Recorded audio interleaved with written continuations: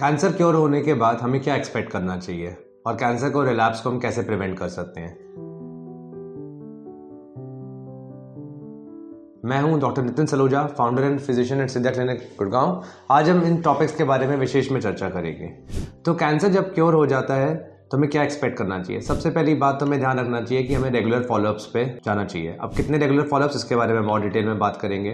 दूसरी बात, कई बार क्या होता है, कीमोथेरेपी के कुछ साइड इफेक्ट्स भी पर्सिस्टेंट कई बार लंबे भी होते हैं, जैसे कि फटीग हो सकता है, किसी को नर्व इश्यूज हो सकते हैं, किसी को डाइजेस्टिव इश्यूज हो सकते हैं। उसके बाद एक इमोशनल ट्रॉमा हमेशा रहता है कैंसर पेशेंट्स के साथ कि क्या हो गया, अगर रिलैप्स कर जाएगा तो मैं कैसे बचूंगा इस रिलैप्स से। तो लाइफस्टाइल एडजस्टमेंट भी बहुत चाहिए, क्योंकि आपको पता है कि स्ट्रेस रिलैक्सेशन भी करनी है, आपको अच्छा डाइट भी खाना है, एक्सरसाइज भी करना है। So there are lot of issues we have to deal with after your cancer is cured. So सबसे पहले तो हम आपसे आज बात करेंगे कि फॉलोअप्स कितने रेगुलरली और कैसे होने चाहिए। नॉर्मली एक बेसिक फंडा ये होता है कि इनिशियल फर्स्ट 2 years में every 3 months regular follow up with your oncologist, और for next 3 years up to 5 years you should follow up regularly every 6 months। And उसके बाद डिपेंडिंग अपॉन आपका कैंसर का साइज कितना था, कहाँ का साइज कैंसर था, एग्रेसिव कितना था, तो उसके accordingly they will tell you कि आपको कितनी देर साल में एक बार फॉलो करना है या कभी फॉलो नहीं करना है, 2 साल में एक बार फॉलोअप करना है। तो ये बेसिक है। अब इसमें मैं आपको बताना चाहूँगा कि कुछ स्लो ग्रोइंग ट्यूमर्स होते हैं, जैसे लो ग्रेड लिम्फोमास होते हैं, लो ग्रेड ग्लायोमास होते हैं। इनमें आपको लाइफ लॉन्ग तक भी कई बार फॉलोअप करना होता है, क्योंकि ये स्लो ग्रोइंग है। तो इनको इनिशियल पार्ट में तो एवरी 3 to 6 months, जैसा कि मैंने आपको बताया, आपको फॉलोअप करना ही करना है। बट उसके अलावा आप इनको लाइफ लॉन्ग। बट जो फास्ट ग्रोइंग ट्यूमर्स हैं, जैसे हाई ग्रेड लिम्फोमास होते हैं, जैसे कि कुछ प्रकार के जो ब्लड कैंसर्स होते हैं, या हाई ग्रेड ग्लायोमास हो गए, इनमें एक रेशो होता है जैसे कि इनवर्स एक्सपोनेंशियल कर्व होता है। इसमें ये बताना चाहते हैं कि शुरू के टाइम में, इनिशियल फर्स्ट ईयर्स में, इनका रिकरेंस या रिलैप्स का रेट बहुत ज़्यादा होता है, और जैसे जैसे समय बीतता है इनका रिकरेंस का रिलैप्स का रेट काफ़ी कम हो जाता है। तो इनिशियल पार्ट में फास्ट ग्रोइंग ट्यूमर्स का surveillance is very very important, क्योंकि रिकरेंस का चांस बहुत ज़्यादा है, और उसके बाद इनको सर्विलेंस की हो सकता है कई बार 5 साल के बाद ज़रूरत भी ना पड़े इन ट्यूमर्स में। तो डिपेंडिंग अपॉन कौन सा ट्यूमर है, कहाँ का ट्यूमर है, कितना आपको फॉलोअप करना है, आपके ऑन्कोलॉजिस्ट से आपको जरूर इस पे टच में रहना चाहिए। And you should never be lost to follow up, डर की वजह से। ठीक है। उसके बाद अब इन चीज़ों के बाद मैं आपसे एक और बात बताना चाहूँगा कि अब हम जब पेशेंट डॉक्टर के साथ आता है तो डॉक्टर देखेगा क्या। 3 चीज़ें होती हैं सबसे इंपॉर्टेंट, मैं आपको बताना चाहता हूँ कि एक सबसे पहला होता है क्लिनिकल चेकअप। क्लिनिकल चेकअप में देखेगा, सपोजिटली किसी को मुंह का कैंसर है, कि भाई मुंह के कैंसर, मुंह खोलकर ही देख लेगा कि कोई ग्रोथ तो नहीं आ रही। कोई ब्रेस्ट कैंसर का पेशेंट सर्वाइवर है तो उसमें दोबारा ब्रेस्ट ही चेक कर लेगा कि कोई लंप तो नहीं है, कोई आपको कुछ अलग तो फील नहीं हो रहा। तो ये तो हो गया कि क्लिनिकल चेकअप हो गया। दूसरा, इसके अलावा कोई वजन तो नहीं कम हो रहा, लास्ट 3 महीने पहले वजन कितना था और अब कितना वजन है, 5 किलो कम हो गया, 6 किलो कम हो गया। तो ये एक संकेत होते हैं कि ट्यूमर का या कैंसर का रिकरेंस का चांस होता है। उसके अलावा जो हम क्लिनिकल चेकअप तो एक चीज़ हो गई, हम बेसिक टेस्ट करेंगे। बेसिक टेस्ट में हम सबसे इंपॉर्टेंट बताना चाहते हैं, कुछ प्रोटीन्स और सब्सटेंसेस होते हैं जो कैंसर सेल्स प्रोड्यूस करते हैं, जिनको हम ट्यूमर मार्कर्स कहते हैं।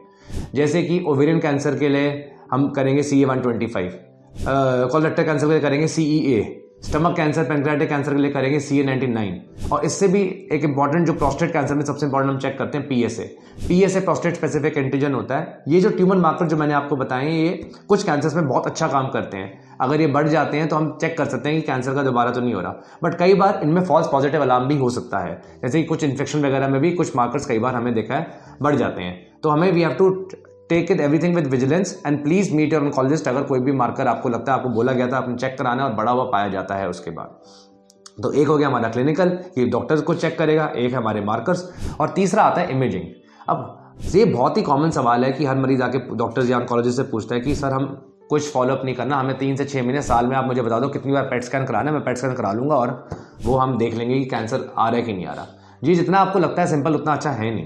PET scan is very good for lymphoma detection, but PET scan आप हर बार आपको ये समझना है कि एक FDG एविड अपटेक होता है, लाइट जलना, जिसको बल्ब जलना कहते हैं। अगर किसी को हल्की सी भी इन्फेक्शन है, कोई इन्फ्लेमेशन है, कोई TB का संकेत है, वो लाइट बल्ब तो फिर भी जलेगा, कोई चोट लग जाएगी फिर भी जलेगा। इसका मतलब ये थोड़ी है कि हम उसको कैंसर मान लें।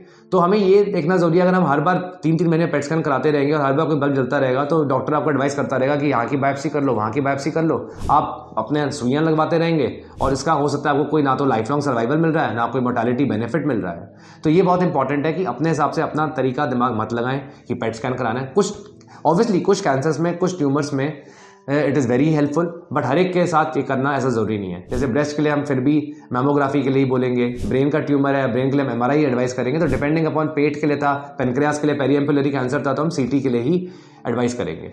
सो आप डॉक्टर से अपने कंसल्ट में रहें, एक क्लिनिकल चेकअप, ट्यूमर मार्कर्स और इमेजिंग कि क्या क्या कराकर मुझे आपके पास हर 3 महीने में इनिशियल पार्ट में और हर 6 महीने में नेक्स्ट 3 ईयर्स में आना है, और उसके बाद मुझे फॉलोअप आपसे कराना है कि नहीं कराना, ये बहुत इंपॉर्टेंट है। तो ये हो गया सारा हमारा फॉलोअप से रिलेटेड जितने भी सवाल थे। उसके बाद मैं आपको बड़ी सिंपल बात बताना चाहूँगा, लाइफस्टाइल एडजस्टमेंट के साथ साथ मैं बताऊँ जैसे कि कुछ जैसे डॉक्टर आपको एपेटाइट बढ़ाने की दवाइयाँ देगा, कुछ विटामिन सप्लीमेंट्स देगा, कुछ विटामिन डी देगा, या कुछ हार्मोनल थेरेपी देगा जो हार्मोन पॉजिटिव ब्रेस्ट कैंसर के लिए। तो मैं आपसे बहुत रिक्वेस्ट करूंगा कि हार्मोन पॉजिटिव ब्रेस्ट कैंसर में हार्मोन जैसे आपको दिए जाते हैं उन टैबलेट्स को प्लीज वो 5 से 7 साल तक दिए जाते हैं, उनको मिस ना करें।